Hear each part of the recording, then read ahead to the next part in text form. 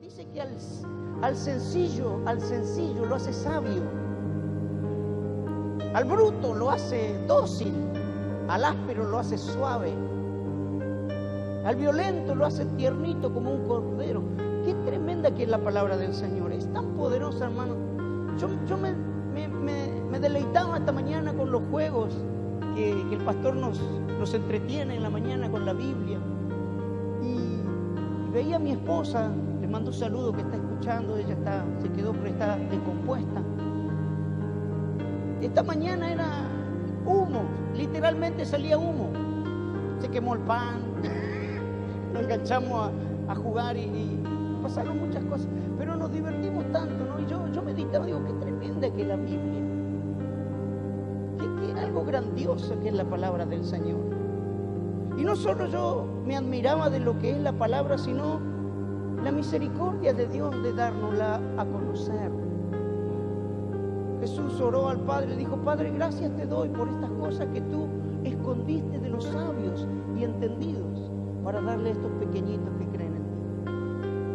Dice que le enseñó a sus discípulos, oró por ellos para que Dios le abriera el entendimiento, así pudieran entender las Escrituras. Por eso, hermano, el Espíritu Santo es el maestro que nos enseña la Escritura.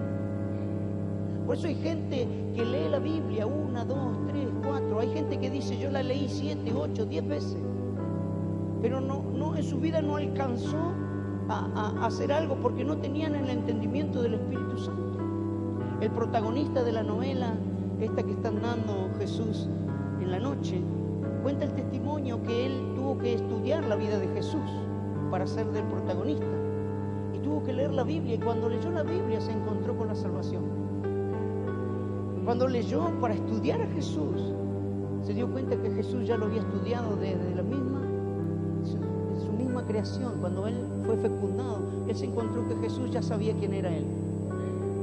Algo tremendo. Y la Biblia es un libro que relata, hermano, experiencias personales de hombres de distintas partes del mundo, con distinta capacidad intelectual, pero con un común denominador, una experiencia especial y única con un Dios todopoderoso.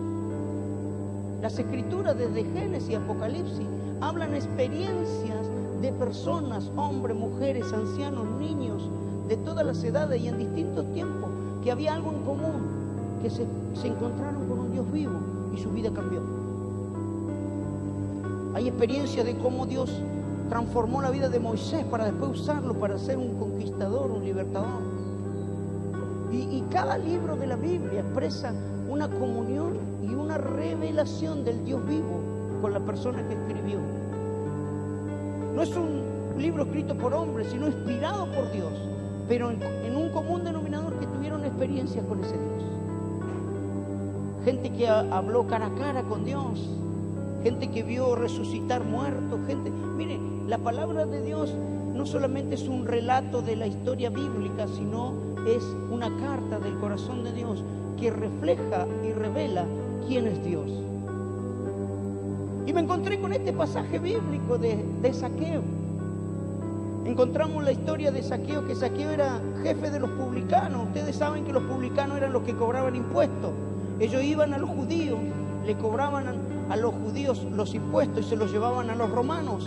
Entonces eran considerados dentro del pueblo judío como personas que extorsionaban al pueblo. Bueno, los que están mirando la novela más o menos se están dando cuenta de qué hacían los publicanos. Y ellos siempre se quedaban con un poquito más. Ahí la novela muestra de que la mujer de Mateo lo obligaba: cobra un poco más, mirá, estamos comiendo pescado, cobra un poquito más, como hace el resto. Y dice que Zaqueo era el jefe de ellos y rico. Es interesante que la Biblia da detalles. Dice que era rico, así que parece que Zaqueo se quedaba con un poquito más de lo debido. Y no solo era jefe de los publicanos, sino que el ser el jefe de los publicanos lo llevó a él a una posición económica muy alta. Y cuando yo leo este pasaje bíblico, me encuentro con Zaqueo, con una convicción de pecado, diciendo de que todo lo que le había robado a la gente se lo iba a devolver cuadruplicadamente. Pero no encuentro ninguna parte que Jesús lo haya exhortado. No encuentro en ninguna parte que Jesús le haya dicho: mira, Zaqueo, lo que estás haciendo está mal. En esa parte no hay en ningún lado que Jesús le diga: yo vine a tu casa porque vos sos un pecador y tienes que devolver lo que le ha robado a la gente. En ningún lado. Dice que hubo una actitud espontánea de Zaqueo y se paró y dijo: lo que he robado lo voy a devolver cuadruplicado. Yo me imagino la cara de Jesús: tomá mate. ¡Pah! Sí, y al que le devolví, al que le robé, se lo voy a devolver cuadruplicado. ¡Pah! Y Jesús dice: hoy ha venido la salvación a esta casa. Ahora, en ningún lugar yo encuentro que Jesús lo exhorta. En ningún lugar yo encuentro que Jesús le presenta el plan de salvación para que Zaqueo diga: te recibo como Señor y Salvador. En ningún lugar. Y yo dije, y viste como la duda que te siembra el pastor en la mañana: ¿quién fue el otro que estuvo en el parto de Eva? Y estuvimos 4 horas buscando quién era el otro partero, la partera que estaba con Eva. Y te queman los pelos. En un momento Claudia trajo las Biblias de otras versiones. y para esto se quemaba el pan casero que estaba en el horno. Y así quedé yo con Zaqueo. Y la palabra, hermano, es maravillosa cuando uno quiere aprender. La palabra es maravillosa cuando vos amás las Escrituras. Dios no revela su secreto a cualquiera. Yo quiero compartir con vos esto. Y dice el versículo 7: todos murmuraban diciendo que había entrado a posar con un hombre pecador. Todos sabían que Zaqueo era un pecador, era un ladrón. ¿Usted cree que Jesús no sabía? Claro que sabía. Por eso Jesús le dijo: mira, Zaqueo, cuando lo vio en el árbol: mira, Zaqueo, es necesario que hoy yo pose en tu casa. Había una necesidad. Jesús vio la necesidad de Zaqueo. Pero el verso 8 dice: entonces Zaqueo, puesto en pie, dijo: ¿a quién? ¿Qué dijo? ¿Qué dijo? Dijo al Señor: he aquí, Señor, la mitad de mis bienes doy a los pobres, y si en algo he defraudado a algunos, se lo devuelvo cuadruplicado. ¿Saben cuál fue lo que al corazón de Zaqueo lo llevó a cambiar? Reconocer que Jesús era el Señor. Zaqueo se para y declara: Señor. Lo primero que viene a él es una revelación de Jesucristo, que era el Señor. No Salvador, él vio que era Señor. Y delante del Señor no podía esconder lo que era su vida. Él reconoció que lo que estaba delante de él era algo mayor que la riqueza que tenía. Jesucristo era el Señor y él lo reconoció que era el Señor. Preste atención, hermano, no puede haber cambio en nuestras vidas si no reconocemos que Jesús es Señor. Podemos recibirlo como Salvador, como sanador, pero si no entendemos que Jesús es Señor, no va a haber cambios. Jesús es Señor. Por eso no tenemos que recibirlo, tenemos que entregarnos. Porque viste que recibirlo como Señor y como Salvador es como que, bueno, sí, te recibo. Una cosa es recibir, una cosa es entregar, hermano. Zaqueo vio que Jesús era mayor que inclusive su condición física, porque dice la Biblia que era chiquito de estatura, era petizo. Y me gustaría haberlo conocido a Zaqueo para ver quién de los dos era más grande. ¿Cómo se ríen, Pero lo que vino a la revelación a Zaqueo fue: lo que está delante de mí no es alguien que hace maravillas ni milagros. Lo que está delante mío no es alguien que le dio vista al ciego. Lo que está delante de mí no es alguien que resucitó a un muerto. Lo que está delante de mí es el Señor de señores y Rey de reyes. Y cuando el pueblo y la ciudad y el mundo no reconozca que Jesús es el Señor, no podrá haber cambio en ninguna nación. ¡Aleluya!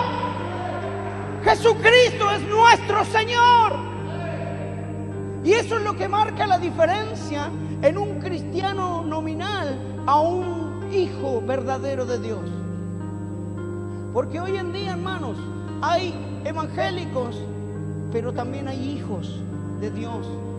Y un hijo nunca deja mal a su padre. Y por más que el padre sea lo que sea, cuando siente a otra persona hablar mal de su padre, lo defiende. Delante mío no vas a hablar de él. Puede ser lo que haya sido, pero cuando te tocan tu padre o tu madre, uno lo defiende. Jesús es el Señor. Por eso ningún hijo de Dios puede dejar mal a su padre. No lo puede dejar mal. Lo que decía la pastora, el testimonio habla de quién te crió. Apocalipsis capítulo 19, verso 16, dice que Él es Rey de Reyes y Señor de Señores. Hay una diferencia, hermano, en recibirlo a Cristo como Salvador, a entregarse al Señor. Necesitamos entender que Jesucristo es nuestro Señor. Amén. Es como cuando te confían algo. Cuando te confían algo que vos sabés que no es tuyo, es de un dueño. Hay un Señor que maneja eso. Y lo vas a hacer siempre consultando. ¿Está bien que gasten esto? ¿Está bien que hagamos acá? ¿Está bien que cambiemos esto? Porque entendemos que lo que estamos administrando no es nuestro, sino que hay un Señor que gobierna. Amén. Tenemos que entender esto. Jesucristo es nuestro Señor. Por eso, cuando Jesús se presenta a Zaqueo, hermano, Zaqueo dijo, no hay duda, este es mi Señor. Yo quiero hacerlo mi Señor. Y al reconocer que Cristo era su Señor, viene una convicción en su corazón. Él reconoce que Jesús era mayor que su riqueza. En primer lugar, vio que su riqueza no se comparaba a lo que había delante de él. Jesús era mayor que su condición física, que pasó a segundo plano. Su dinero pasó a segundo plano. ¿Y cuál fue lo que predominó en la vida de Zaqueo? Querer hacer las cosas que honraran al Señor. Por eso dijo, yo quiero devolver lo que robé. Hermano, cuando uno reconoce que Jesús es su Señor, siempre va a querer hacer cosas que agraden al Señor. Lo que hable, lo que piense, lo que diga. ¿Estará bien lo que estoy haciendo? ¿Qué pensará mi Señor? ¿Estará bien lo que estoy determinando? ¿Qué dirá mi Señor? ¿Estará bien que siga viviendo como vivía antes? ¿Qué opina mi Señor de mí? Aleluya. Por eso todo lo que hacemos, decimos, pensemos, decidamos, tiene que agradar al Señor. Hoy en día, hermanos, hay mensajes, y no estoy hablando de la iglesia, estoy hablando a nivel general. Hay mensajes que nos llevan a alcanzar nuestros sueños. Pelee por su sueño, luche por su sueño. Cuando en realidad tenemos que agradar el sueño del Señor. Gracias por esos amenes. Todo lo que hacemos tiene que agradar al Señor.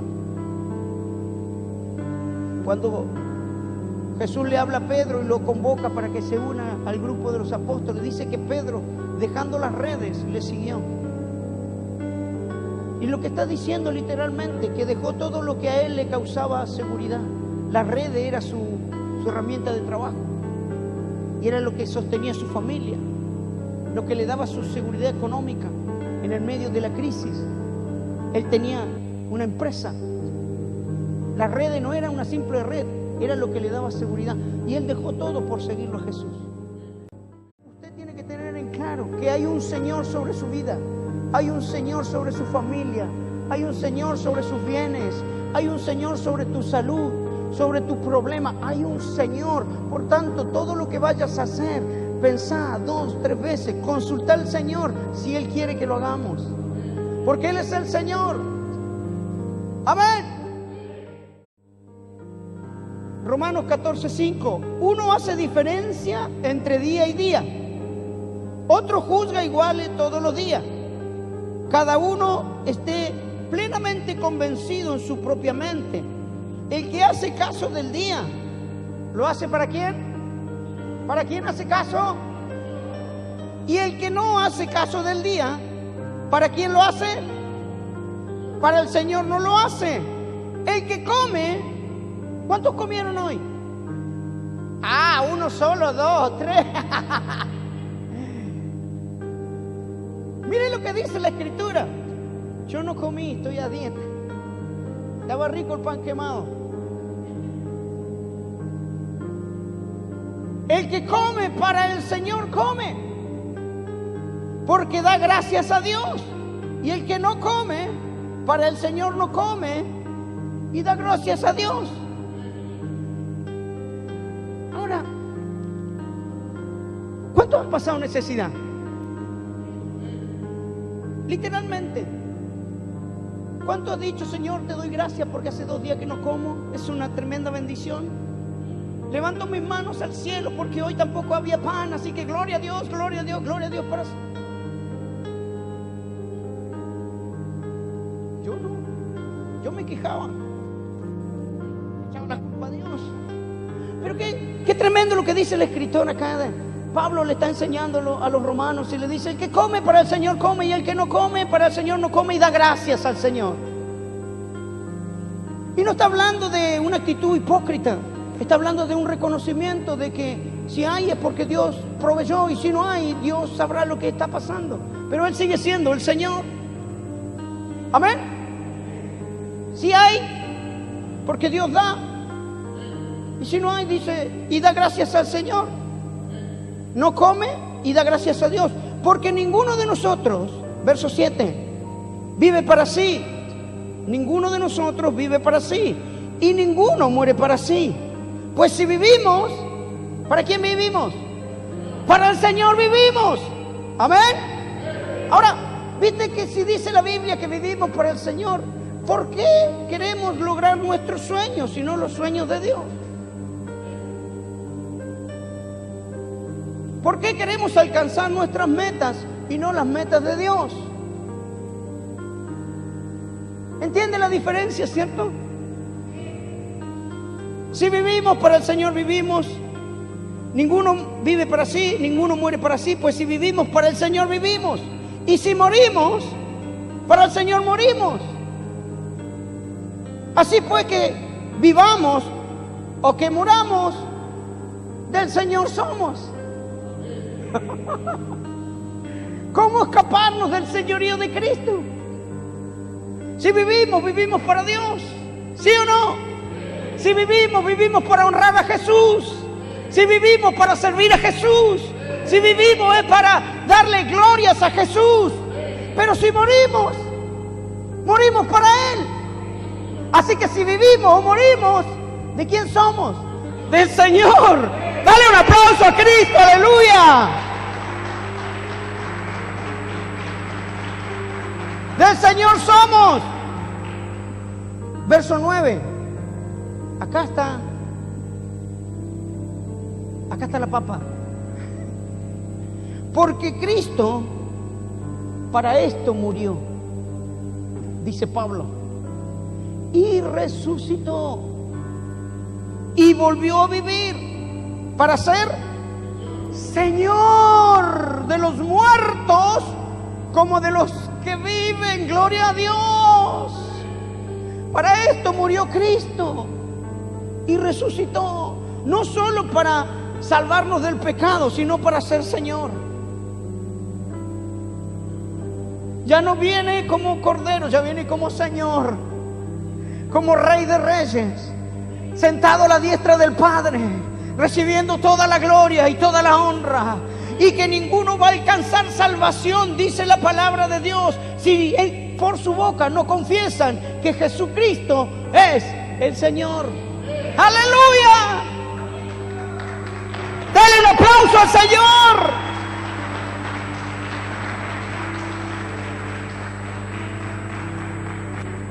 Para esto murió, para esto resucitó, para ser el Señor.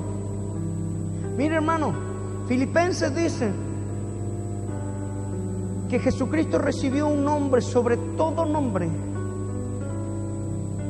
y que en el nombre de Jesús no hay otro nombre en los cielos ni en la tierra ni debajo de la tierra un nombre como el de Jesús. Y toda boca confesará. Toda boca confesará. ¿Sabe? Esas bocas de los que no le reconocen, de los que le rechazan, de los que se rebelaron, de los que se levantaron en contra de su reino y de sus santos. Esas bocas un día van a estar dobladas delante del trono. Mirarán al trono y dirán: Jesucristo es el Señor, Jesucristo es el Señor, Jesucristo es el Señor. El ateo, el diabólico, el brujo, el hechicero, un día va a decir: Cristo es el Señor, Jesucristo es el Señor. ¡Aleluya! Jesucristo es el Señor. Verso 11, porque escrito está. Verso 11, me sigue ahí de Romanos 14. Porque escrito está: vivo yo. ¿Quién dice? ¿Quién dice vivo? Hermano, si Cristo vive, hay esperanza.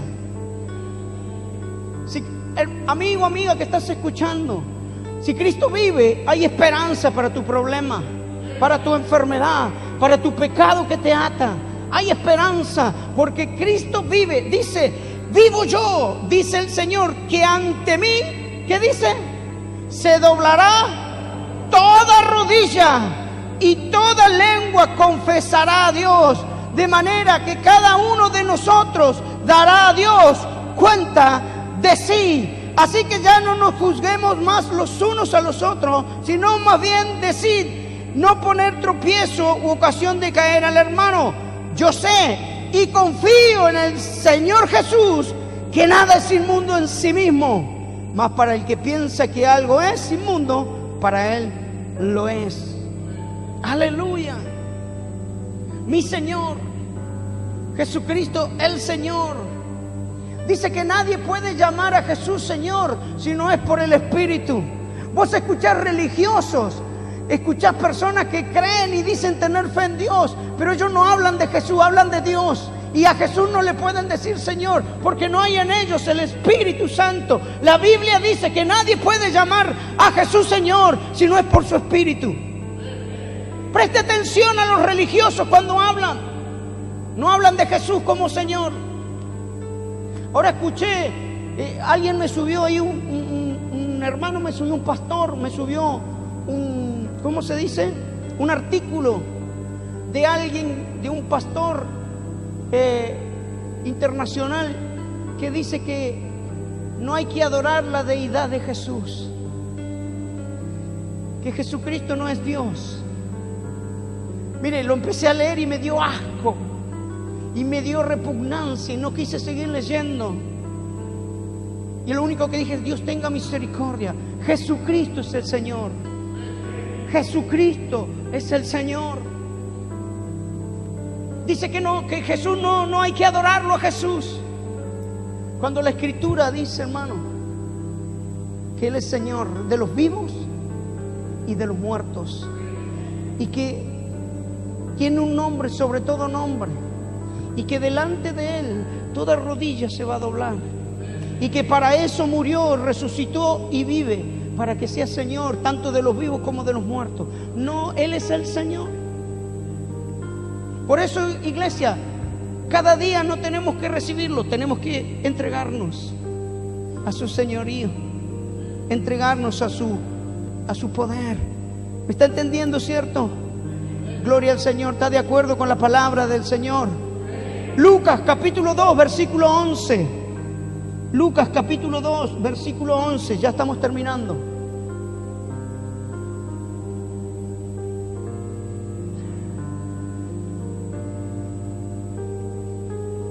Libro de Lucas capítulo 2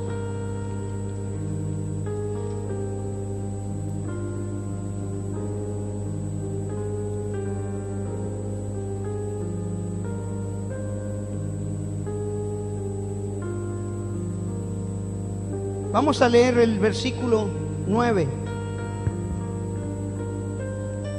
¿Lo tiene, hermano? Gloria a Dios. He aquí, se le presentó un ángel del Señor, y la gloria del Señor los rodeó, de resplandor y tuvieron gran temor. Preste atención. Se le presentaron, ¿qué cosa? Ángel. ¿De quién eran los ángeles? Mire, ¿sabía usted que Jesús es Señor de los ángeles? Bueno, los ángeles no tienen problema de verlo como Señor. Ellos le sirven, le adoran. Uno nomás que es duro, como gallo al horno. Los ángeles lo reconocen como Señor. Pero mire lo que dice. He aquí que se les presentó un ángel del Señor. ¿Y qué es lo que lo rodeó? Rodeó de resplandor. ¿Qué cosa? La gloria del Señor. ¿Se dio cuenta que los ángeles no tienen gloria? ¿Se da cuenta que la Biblia dice que se le presentaron ángeles del Señor, pero no tenían un resplandor por sí mismo? ¿Está entendiendo? El resplandor que estaban, ¿cómo decirlo? Transmitiendo los ángeles, no era de ellos. Era la gloria del Señor. Qué tremendo, hermano. Aún los ángeles, su resplandor no le pertenece. Y nosotros nos cuesta tenerlo como Señor. Aún los ángeles no brillan por sí solos, sino que resplandecen por la gloria del Señor que los rodea. ¿Cómo nos cuesta someternos al Señor? La gente sufre porque no quiere reconocer a Cristo como su Señor. Yo no sé si da más pena ver a la gente que se va al infierno, o que rechazan la ternura de este Señor, o que rechazan el amor de Cristo. Versículo 10. Pero el ángel le dijo: no temáis, porque aquí os doy nuevas de gran gozo, que será para todo el pueblo, que os ha nacido hoy en la ciudad de David un Salvador, que es Cristo el Señor.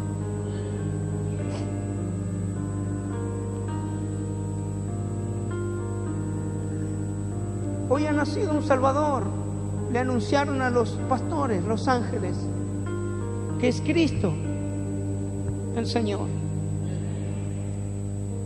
Tenemos que dejar de ver un poco menos a Cristo como solamente Salvador, sanador y prosperador, y empezar a mirarlo más como Señor, honrarlo como Señor, someternos como Señor, doblar nuestras rodillas y adorarlo como el Señor.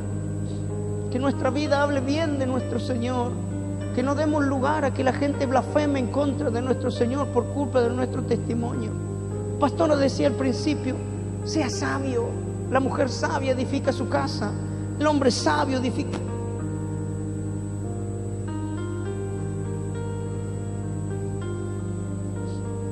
Gloria al Señor. Jesucristo es nuestro Señor. Amén.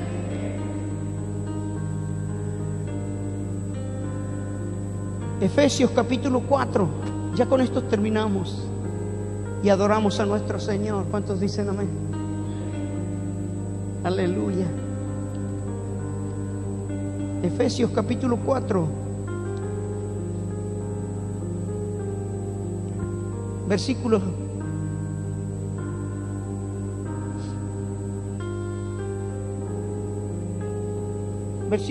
4. ¿Lo tiene? Un cuerpo y un espíritu, como fuisteis también llamados en una misma esperanza de vuestra vocación. ¿Qué dice? Un Señor, una fe, un bautismo, un Dios y Padre de todos, el cual es sobre todos y por todos y en todos. Un Señor. Amén. Un Señor al cual tenemos que servirlo. Efesios capítulo 6.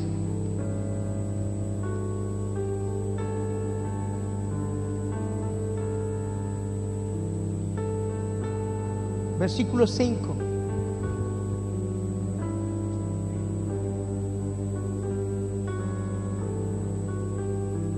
Aleluya. Siervos, obedeced a vuestros amos terrenales con temor y temblor, con sencillez de vuestro corazón, como a Cristo, no sirviendo al ojo, como los que quieren agradar a los hombres, sino como siervos de Cristo de corazón, haciendo la voluntad de Dios, sirviendo de buena voluntad. ¿Como a quién? Como al Señor. Cuando uno transfiere sus hechos naturales, como haciéndolo como para el Señor, es diferente. Uno lo hace con amor. Cuando uno sirve a Dios, a Jesús como al Señor, y no para hacerse ver, no para ser popular, es diferente. Cuando uno actúa por amor como para el Señor, cambia el corazón, cambian los hechos. Usted lo va a hacer desde otra perspectiva, siempre y cuando Jesucristo sea su Señor. Amén. Yo quiero orar, hermanos.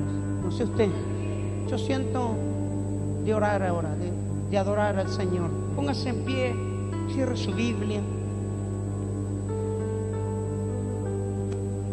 Yo siento presencia de Dios aquí.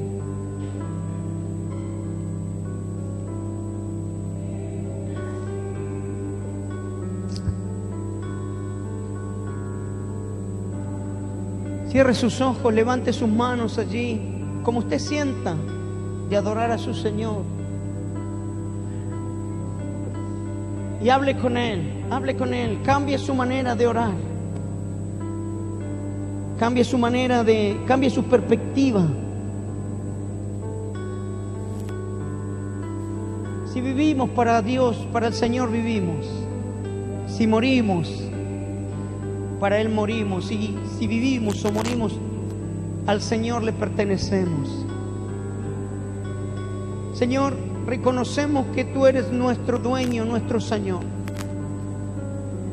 Reconocemos, Dios, que falta someter a Tu señorío muchas áreas de nuestra vida. Yo reconozco, Señor, como Zaqueo, que cuando Te vio reconoció que su vida estaba desalineada con la santidad. Cuando Tú Te presentaste, no fue necesario hablarle a Zaqueo, sino que Tu sola presencia lo llevó a Zaqueo, Dios, a una convicción profunda. Pero primero declaró: Señor, Dios, que Tu presencia en nuestras vidas siempre nos alinee con Tu señorío. Dios, nos entregamos a ese señorío, nuestra voluntad, nuestros pensamientos, nuestros deseos ya no sean lograr nuestros sueños ni nuestras metas, sino sean agradar Tu sueño y Tu voluntad. Señor, preguntarte cada día: ¿qué quieres que hagamos? Preguntarte cada mañana antes de comenzar la jornada y decirte: Señor, ¿con qué quieres que Te agrademos? ¿Cuál es Tu voluntad, Señor? Yo quiero orar, Dios, para que nuevamente hayan personas que se levanten con un amor misionero por las naciones. Como hace mucho tiempo, Dios, se está dejando de ver. Señor, si esta pandemia pasa, si las fronteras se vuelven a abrir, yo Te ruego, Dios, que haya una expansión, Señor, en el llamado, que haya una expansión en el ir. Señor, que muchas manos se levanten y que puedan decir: heme aquí, envíame a mí. Señor, yo sé que en este tiempo Tú estás haciendo reflexionar a Tu pueblo con todo lo que estamos viviendo, Señor, y que por mucho tiempo no hemos aprovechado esa libertad. Padre, en el nombre de Jesús, yo reconozco, Señor, yo hice pacto contigo. Tú sabes que yo hice un pacto, Dios.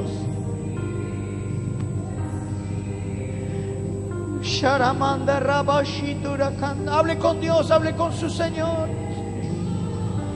Derrámese delante de su Señor. Derrámese.